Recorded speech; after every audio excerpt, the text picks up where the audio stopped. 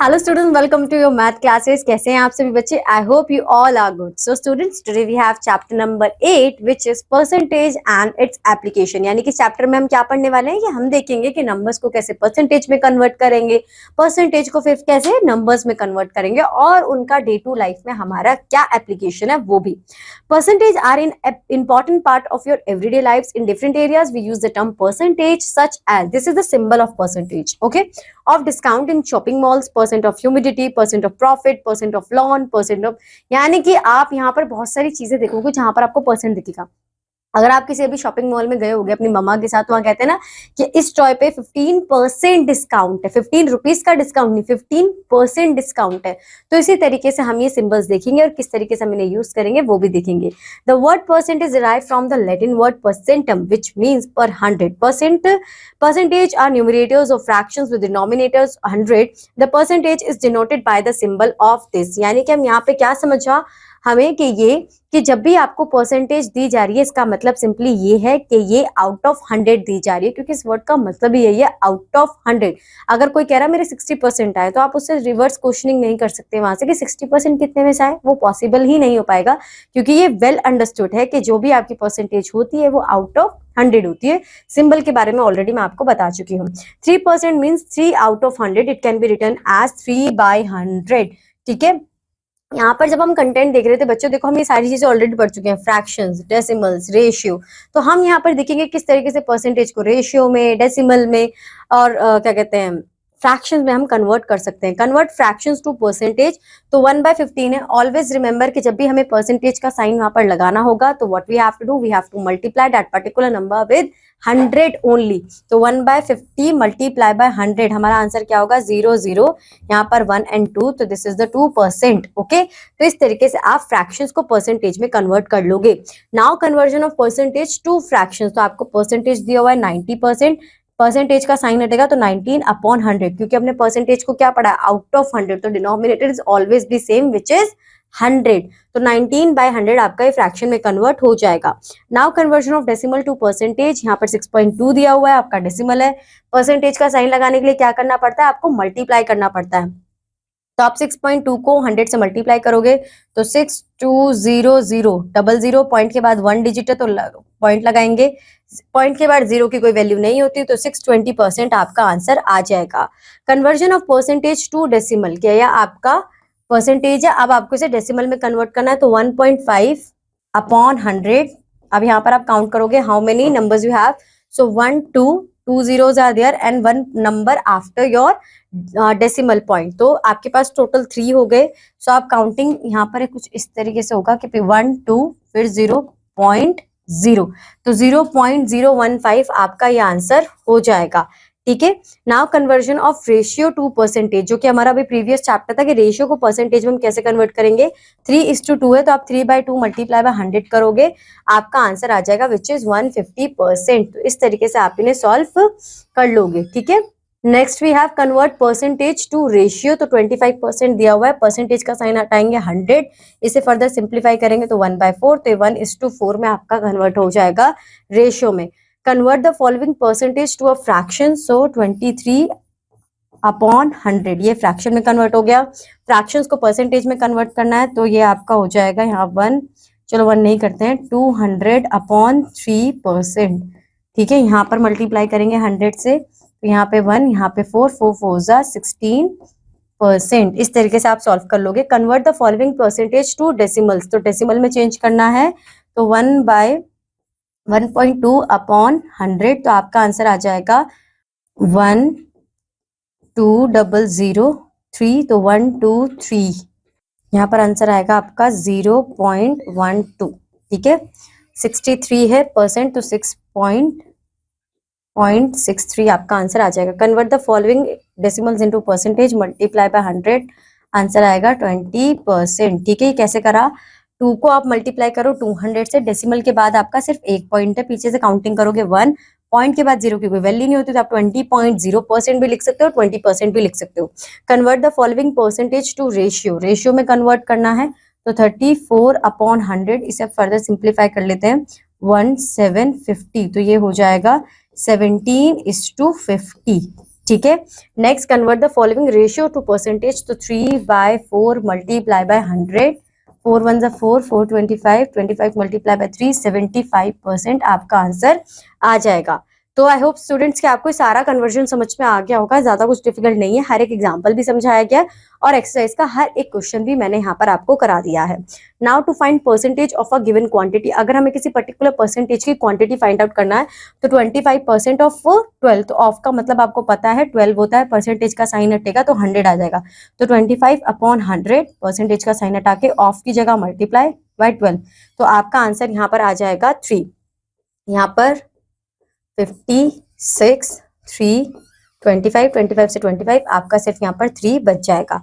ठीक है। Now in a class of 50 students 20% are girls, find the number of girls and number of boys in the class. अगर 50 students है, 20% आपकी girls हैं, तो मतलब 30% बॉयज होंगे, तो 20% मल्टीप्लाई वे यहाँ पर 1, यहाँ पे 2 आपका आ जाएगा 10, 50 - 10 आपका 40 बॉयज आ जाएगा। What percentage is 40 of 12, यानी कि 40 1200 का कितना परसेंटेज है, तो 40/1200 मल्टीप्लाई बाय 100 कर दोगे, क्योंकि ऑलवेज रिमेंबर अगर परसेंटेज का साइन लगाना है तो क्या करना होगा, मल्टीप्लाई करना होगा। 2 zeros आर कैंसिल आउट, यहाँ पर आपका 1, यहाँ पर आपका 3, तो 10/3 आपका, यानी कि ये आपका आंसर आ जाएगा। ठीक है, तो इस तरीके से आप इन्हें सॉल्व कर लोगे। 6.5 ऑफ विच नंबर, तो 6 इज 5% ऑफ विच नंबर, तो आप क्या करोगे 5/100 ऑफ x कर यहाँ पर 6 मल्टीप्लाई बाय 100 डिवाइडेड बाय 5 कर दोगे, आपका आंसर आ जाएगा 120। An alloy contains 10% copper, 25% zinc and the rest is iron. What is the weight each element in 400 gram of alloy?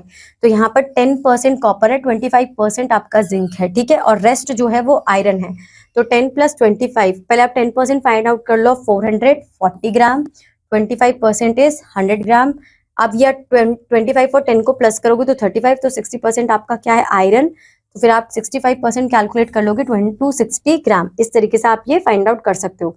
Application of percentage, to find the increase and और decrease in percent. अब यहाँ पर आपको क्या करना है कि जब भी आप डे टू डे लाइफ में आप कैसे फाइंड आउट करोगे कि क्या आपका परसेंटेज है, तो इंक्रीज इन परसेंटेज, तो increase value original value multiply by 100, decrease के लिए decrease in value original value multiply by 100। ये कैसे करोगे, एक एग्जांपल के साथ समझते हैं।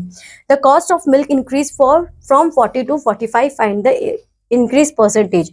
सो 40 से 45 चलेगी, तो 45 - 40, तो आपका आंसर आएगा 5। तो इंक्रीज वैल्यू है 5, तो 5 पहले क्या थी, जो आपकी पहली प्रीवियस वैल्यू ओरिजिनल वैल्यू वही होगी जो पहले थी, ठीक है। 5/40 परसेंटेज का साइन लगाना, तो मल्टीप्लाई बाय 100 करना होगा, यहाँ पर हम कट कर देंगे। यहाँ पर आपका आंसर क्या आएगा, 25/2 विच इज 12.25% आप कह सकते हैं। The population of a city was 20,000, it decreases to 15,000 the next year, find the percentage decrease in the population।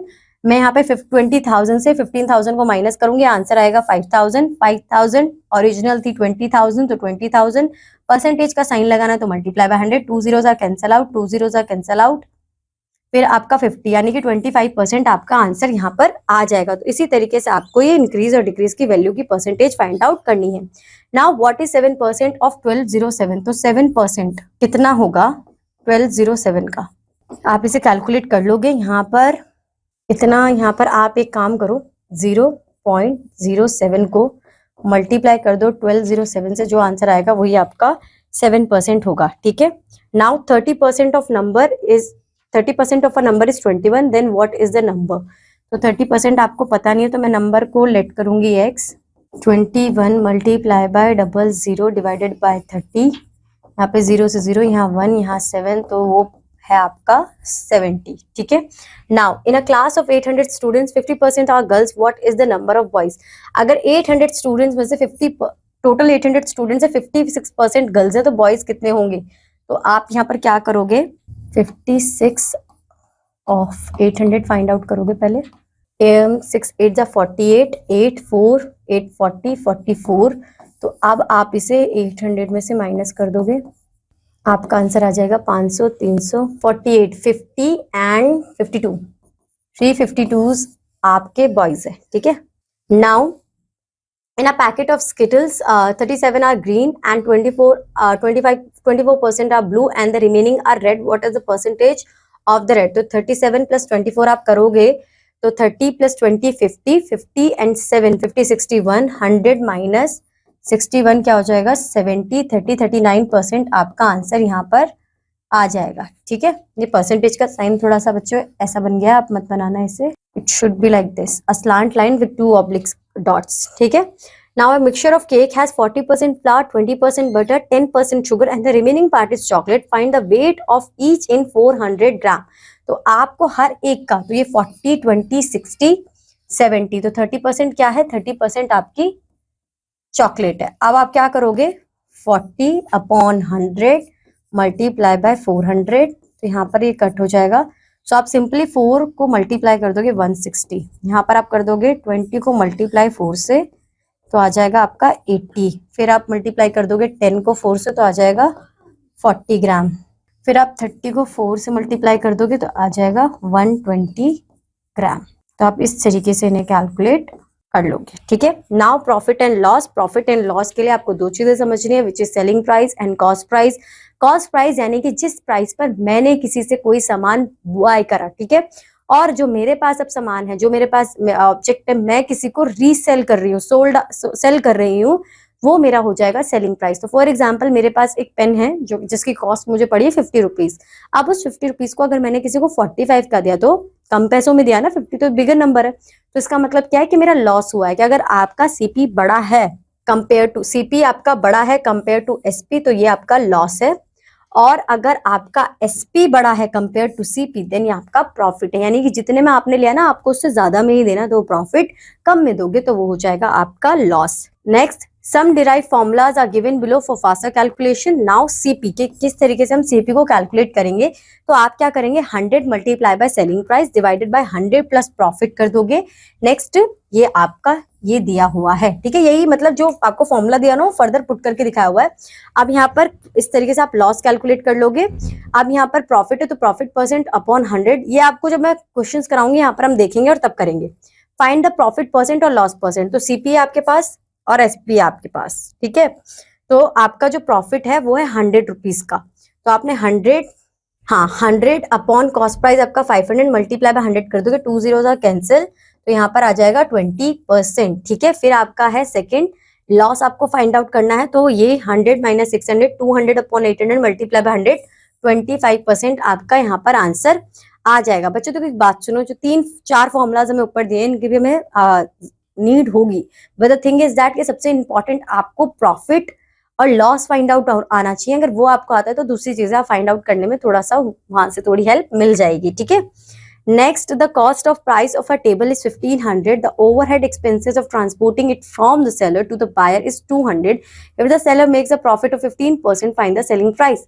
अब 1500 का उन्होंने कोई ऑब्जेक्ट परचेज किया था, क्या परचेज किया था, टेबल परचेज करिए, ठीक है, 200 उसका ट्रांसपोर्टेशन में कॉस्ट लग गया, तो 200 हमने तो दिया है ना अपनी जेब से, तो 1500 प्लस 200 करोगे तो अब जो टोटल कॉस्ट होगी वो 1700 होगी। ठीक है, अगर 1 रुपए भी हमारी जेब से जा रहा है, तो जा तो हमारी जेब से रहा है ना, तो आप उसे भी काउंट करोगे जब आप परसेंटेज कैलकुलेट करोगे। तो यहाँ पर अब आपकी क्या है सीपी, आपका सीपी है 1700। अब आपको इसका 15% का प्रॉफिट हुआ है, तो अगर आप 15% फाइंड आउट कर लेते हो ऑफ 1700, 15 मल्टीप्लाई बाय 17 इज 255, इसे 1700 में प्लस कर लेते हो, यानी कि जो सेलिंग प्राइस है वो कितना है 1955। ठीक है, next we have the cost price of 2 cycles is 2000 each, one cycle sold at 10% profit and the other at 20% loss, find the total selling price and net profit और लॉस।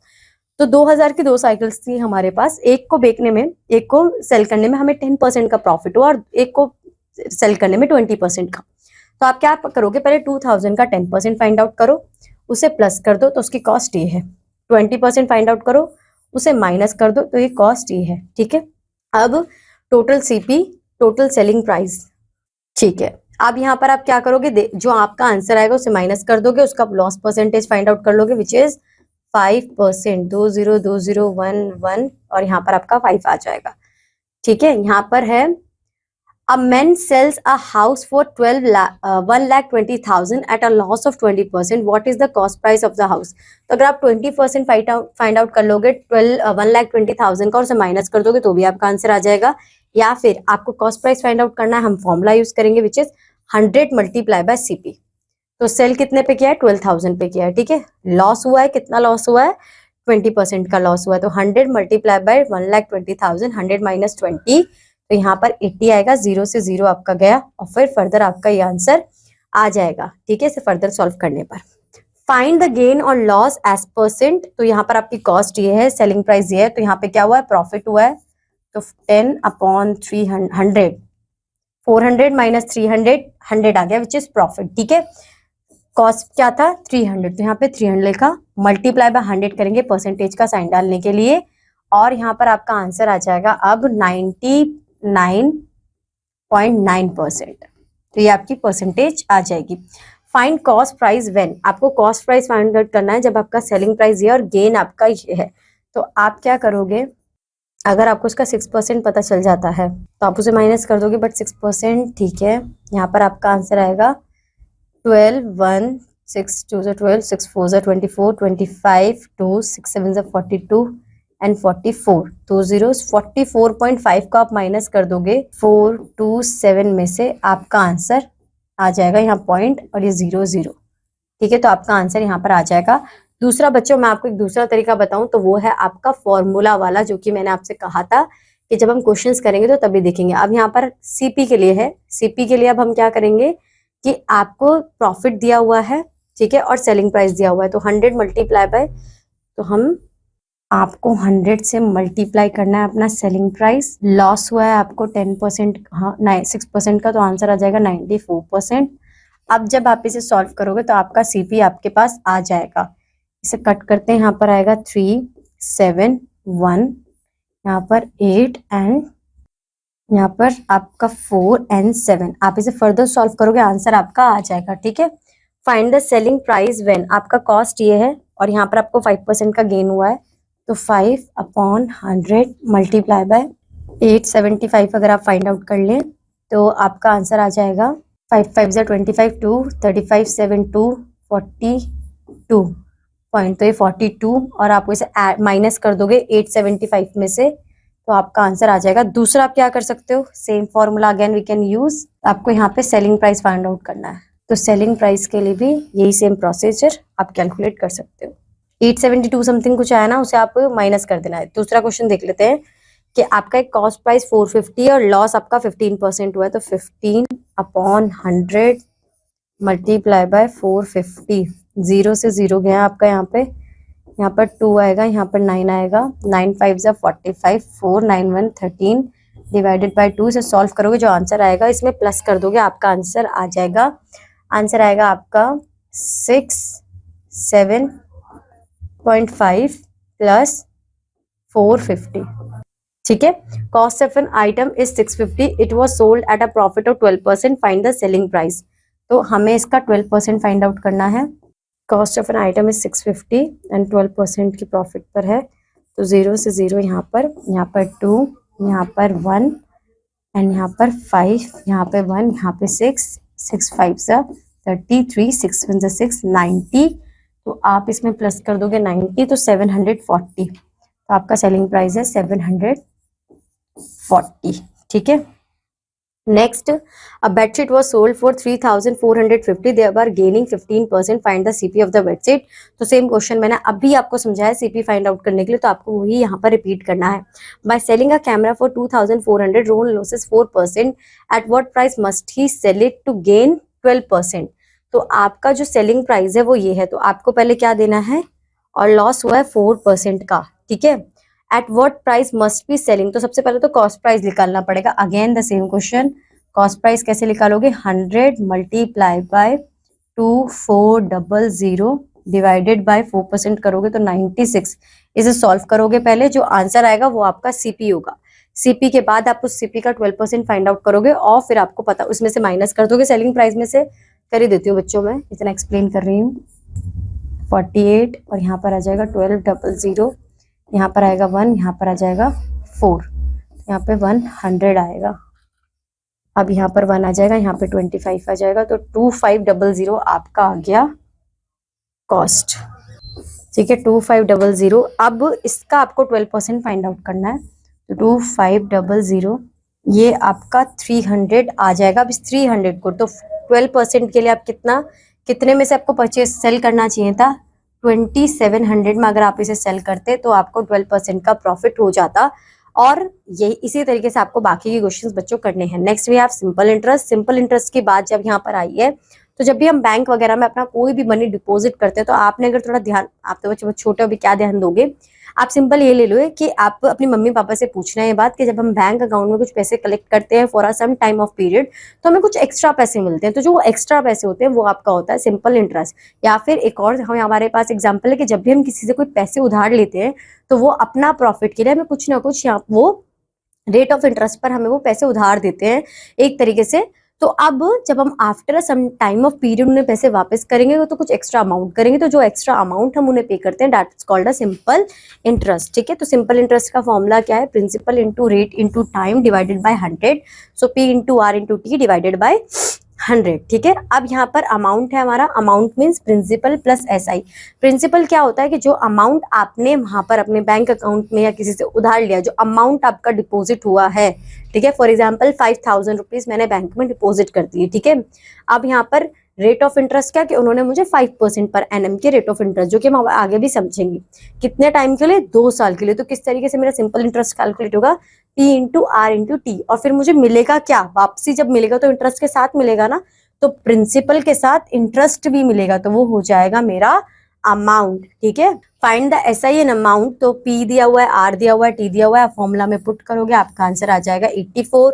अमाउंट पूछा तो 700 आपका प्रिंसिपल है, 84 आपका interest है, दोनों को add करोगे तो 784 आपका आंसर आ जाएगा। तो इस तरीके से हमें क्वेश्चंस करने हैं। नाउ आपके पास सिंपल इंटरेस्ट है, टाइम है और आपके पास रेट ऑफ इंटरेस्ट भी है, आपको अब प्रिंसिपल कैलकुलेट करना है। तो आप क्या करोगे, 600, आप ये फॉर्मूला देख लो यहाँ पे, या फिर मैं आपको एक और तरीका बता देती हूँ।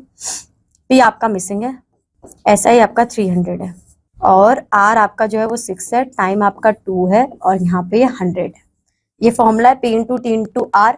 इसी फॉर्मूला से सारे फॉर्मूलाज ओरिजिनेट हुए हैं, ये समझ लिया और ये साइड चेंज का अपने प्लेस समझ लिया तो बहुत ईजी हो जाएगा। फिर इन्हें मल्टीप्लाई कर दो, क्योंकि जब भी हम साइड चेंज करते हैं तो जो डिवाइड हो रहा था वो मल्टीप्लाई हो जाता है, तो ये डिवाइड हो रहा था, यहाँ पे क्या हो जाएगा, मल्टीप्लाई, तो आ जाएगा आपका आंसर 3000। ठीक है, अब यहाँ पर 6 मल्टीप्लाई बाय 2 मल्टीप्लाई हो रहे हैं, यहाँ के डिवाइड हो जाएंगे, ये आपका प्रिंसिपल आ जाएगा। यहाँ पर 1 और यहाँ पे 500, यहाँ पे 1 और यहाँ पे 125। ठीक है, तो आपका अमाउंट यहाँ पर क्या आ गया, 125। तो थोड़ा तो इन्होंने भी ये 100 मल्टीप्लाई बाय 3, अच्छा तो यहाँ पे जीरोस मैंने कम लगा लिए। ठीक है, 1 मिनट में दोबारा कर देती हूँ फिर इस कैलकुलेशन को।